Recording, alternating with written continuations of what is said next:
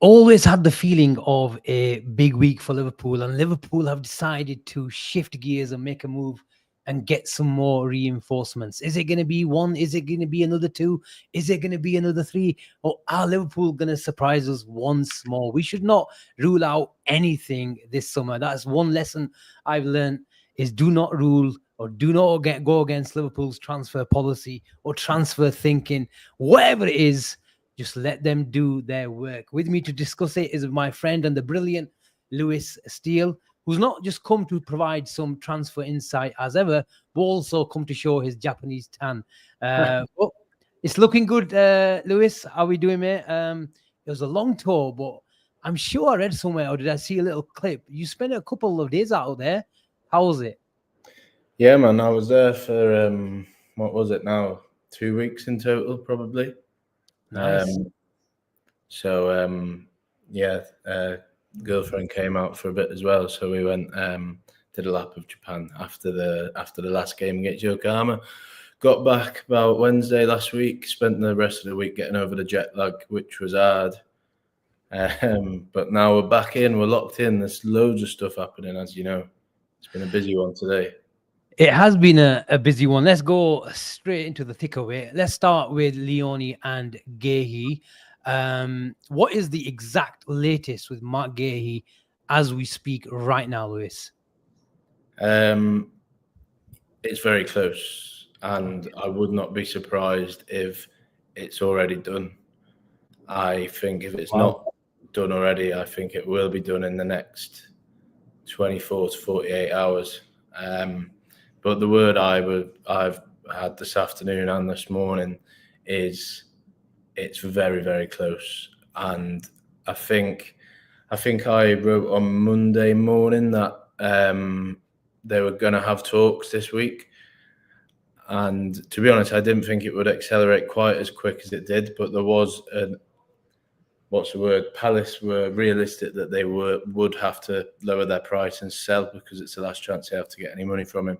But Guehi wants to move, and it will all happen quickly. I think Liverpool are saying no personal terms agreed yet, but that won't be a problem because, as far as I'm aware, he is definitely keen on the move. So, yeah, watch this space. It'll be done soon. And why has it accelerated so fast today, Lewis? What do you think?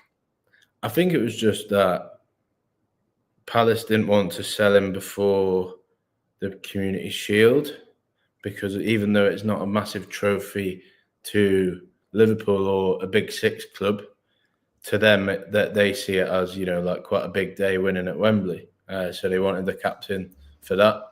And, he's obviously alongside Eze, one of their best two players. So they wanted him for that. And I think as soon as that was over, I think there was a bit of a unwritten agreement that the two clubs would sit down and hold talks.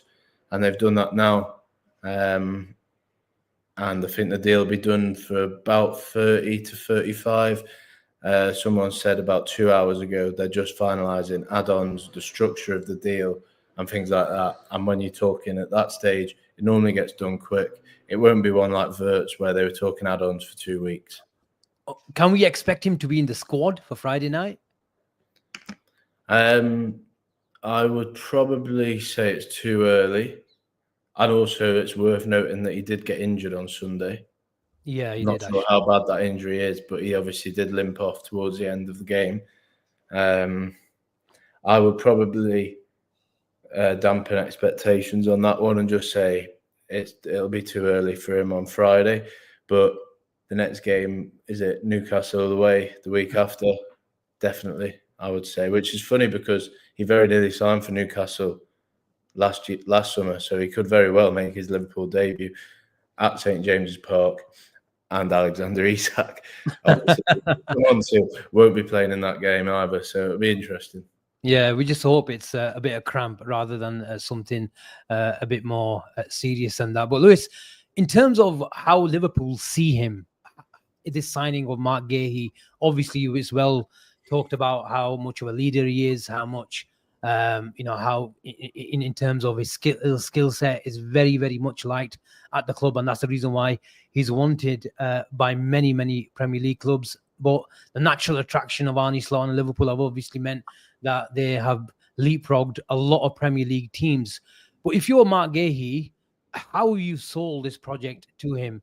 Is it a Konate replacement? Is it a long-term replacement for Van Dijk? Or simply we can't offer you these sort of promises? You come, if you're good enough, then you'll get your place in the team. I don't think Liverpool would promise any player that they'd be definitely in the team.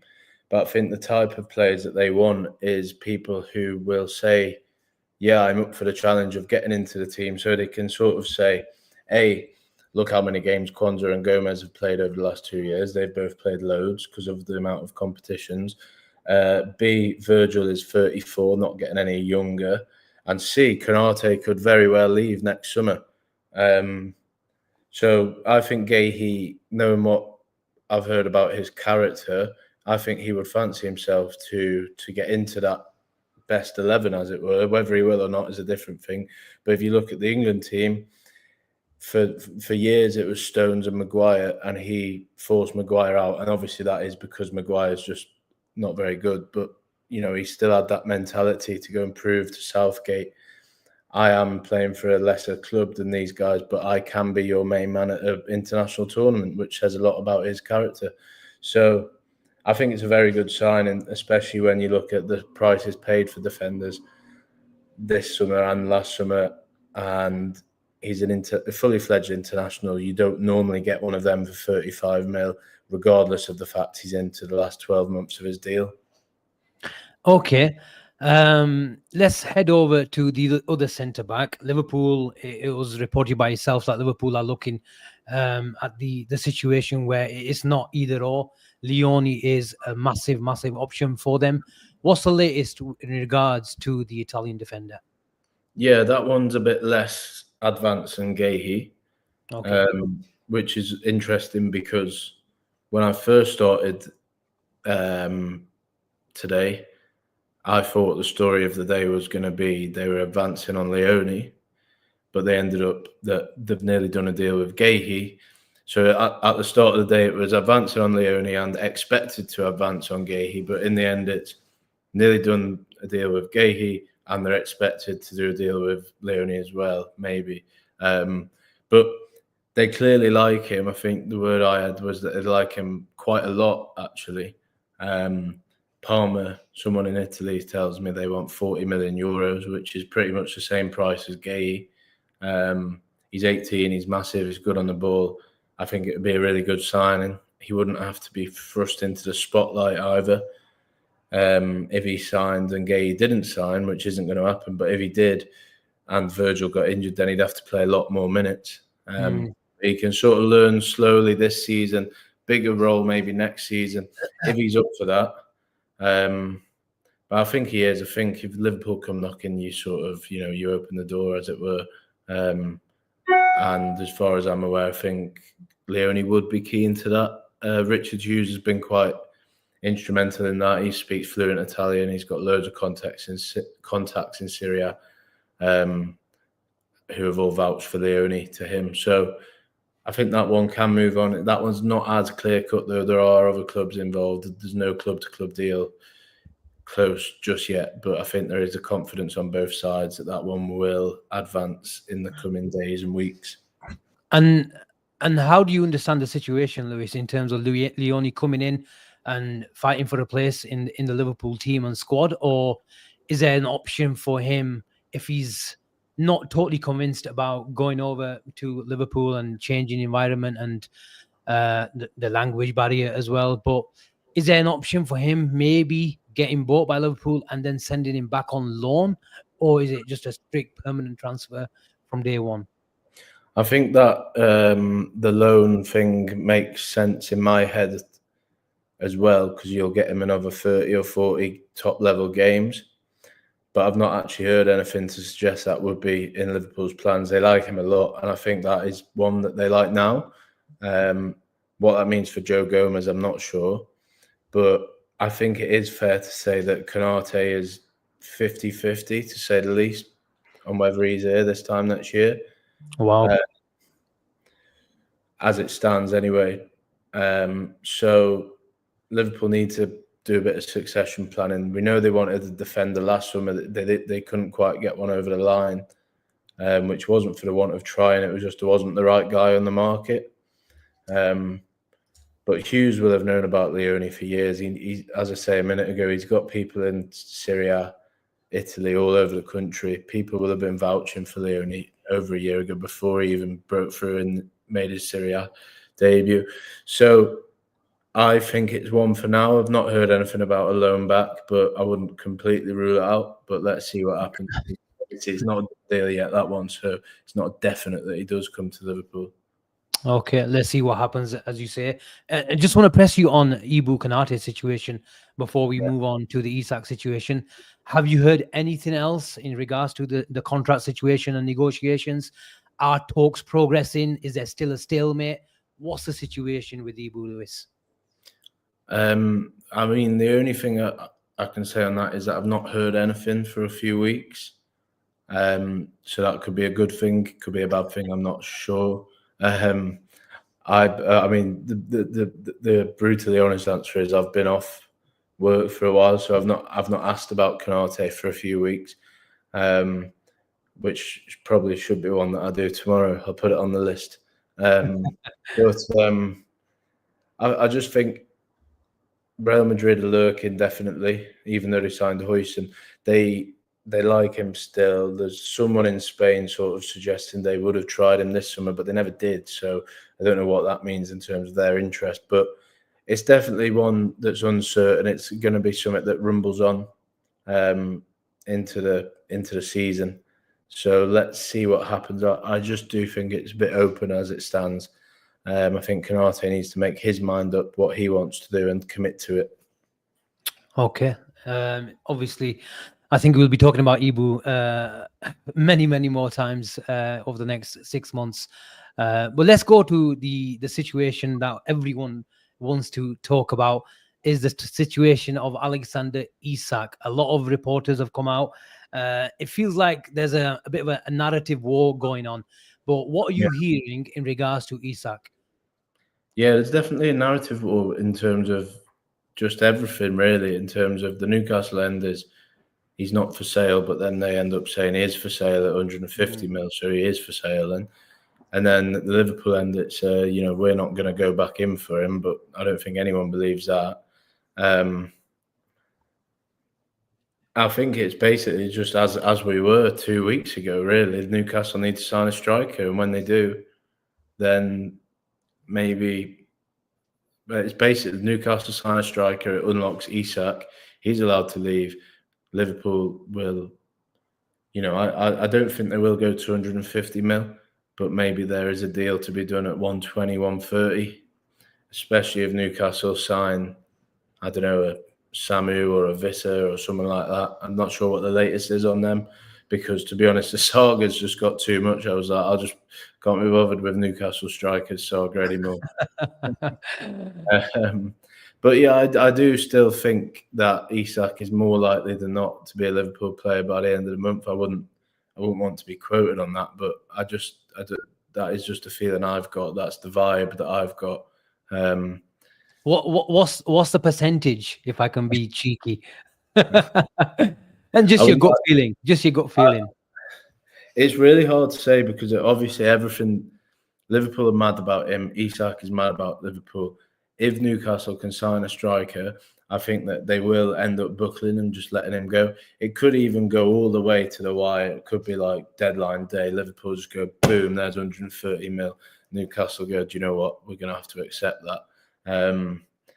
So let's see. It's probably dragging on, but I don't know. I think it will reach a conclusion soon.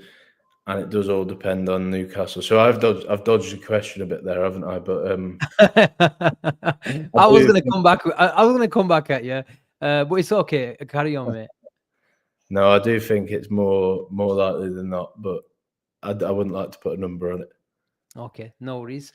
In terms of the fee, you said 120, 130. There's some talk about Liverpool's initial bid was around 110 million pounds, and then add-ons as well. Where do you think Liverpool will draw the line when it comes to a fee, Lewis? Will they go to 150? Can you see them going to 150 if that is the demand from Newcastle? I mean, all the word that I'm getting is no, they won't go to 150. Okay. But maybe maybe it suits them to have that out there. This is what I mean in terms of the games that both clubs are playing. I don't know what is going on in the mind of Michael Edwards, Rich Hughes. I know that the money is there, and I know that it's not a problem in terms of PSR if they were to pay 150. But it's whether they want to pay 150 for someone in his mid-20s. It's not like he's 20. It's not like, when City signed Haaland and he was 21 and he had 10, 12 years out of him, Isak's maybe got 6 or 7 in his prime. So it is different, and 150 is an awful lot of money. But I just think it makes, especially if you've got Guehi as a defender in it, it makes Liverpool not just like marginal favourites for the title, but big favourites, and the Champions League as well. So I think Isak does really revolutionise the whole team. It would be one of the most exciting signings in the last 10 years across the Prem. So it's whether they buckle. I would say maybe 120 or 130 is a more realistic price that they're going to shake hands on. And what is this encouragement, the signal, the green light, the message that Liverpool are waiting for? Are they waiting for Newcastle to bring in 2 forwards, or will they make a move and put in a formal second bid in if they bring in at least 1? Does it have to be 2, or do you see Liverpool just making a move if they go get Vissa in the next couple of days? Yeah, well, Isak's only one person, so there's only, I think, if Newcastle sign one person in return, then I think that is enough encouragement for Liverpool to go make a bid. And as we've said before, as everyone's said before, Rich Hughes and Eddie Howe are very, very good mates, so they will have been talking privately. Rich Hughes wouldn't have made that first bid if there wasn't encouragement, or some sort of encouragement. So if Newcastle can get a player over the line, and there is still 3 weeks to go, it's not like we're not talking here on the 28th, 29th of August. There is still time for this one to happen. As we know, personal terms would not be an issue at all. I think at this stage, Liverpool could offer him £10 a day and he'd accept it. He's that desperate for a move. Well, he needs a new flat at the moment. But yeah, he wants to move, and if Newcastle get one in, I think Liverpool go in with that bid. Okay. We've been talking about over the last week or so, as much as Liverpool have done really well in the market, Lewis, with the likes of Frimpong and Kirkes and Florian Wirtz and Ekatike coming in. As things stand, I know the talk about the 2 centre-backs today has really encouraged fans that Liverpool are making moves and strengthening that back line. As things stand, we've got Gakpo, we've got Salah, Ekatike and Rio. And I know Liverpool are talking about Frimpong doing some shifts at right wing, but there's a real feeling amongst the fan base that Liverpool don't just only need Alexander Isak, they need another versatile attacker, in particular on that left-hand side. Have you heard anything about Liverpool making moves and addressing that the left wing? Obviously, we've heard about Bradley Barcola, and then those links died down for Fana. It keeps coming on and off. Are there other names circulating around the rumor mill? Maybe, but there's a few whispers going around. There's a few whispers going around in the last 24 hours, but there's not much that I'd like to say just yet. But I think a lot depends on the Isak thing. I think realistically, if they sign Guehi Leoni, that's 70 mil. If they sign Isak, that's probably takes us up to another, altogether 200 mil. I know we said they've got good money, but I'm not sure if they could go massive on a winger as well if they get all 3 of them. Yeah. But I think there is a desire, and I think there are some names being floated around. Obviously, we know about Fofana. They sort of had a little interest earlier in the window. Maybe that one could be reignited. I'm not sure. We know about Rodrigo was sort of shot down a little bit. So not sure about that. But yeah, maybe. I wouldn't completely rule it out, but nothing concrete at this stage. Anything on that whisper that you want to share with us? If you get me on in a week, then maybe, but I'm not sure at the moment. It's not Matoma, as people keep putting in the chat there. Okay, that's fine. But is it like a direct forward, or is it more of a versatile attacker? There's a couple of names. They're both sort of versatile attackers, but I'm not really. I wouldn't like to, because it'll get quoted by the aggregators, and then I look like an idiot if nothing actually happens. Yeah. But yeah, I don't know. A lot depends on Isak, because obviously they've already spent nearly 300 mil. If they're going to spend another 200 mil, I can't see him doing a winger as well. Okay. In terms of, there's a name here. I did ask for some questions. Anything about this striker, Mikitadze? I've not heard anything to do with Liverpool or Mikitadze, to be fair. I know he's quite highly rated, but that I can't really not heard anything in that. Okay. If you had to put a number on it, a bit of a Lewis prediction, how many Liverpool will sign from today up until the end of the window, would you say 3? Would you say 4? Would you say 5? Well, I remember back in about May or maybe even April, I said Liverpool are going to sign 5 or 6 players this window, and everyone was giving me loads of abuse on Twitter.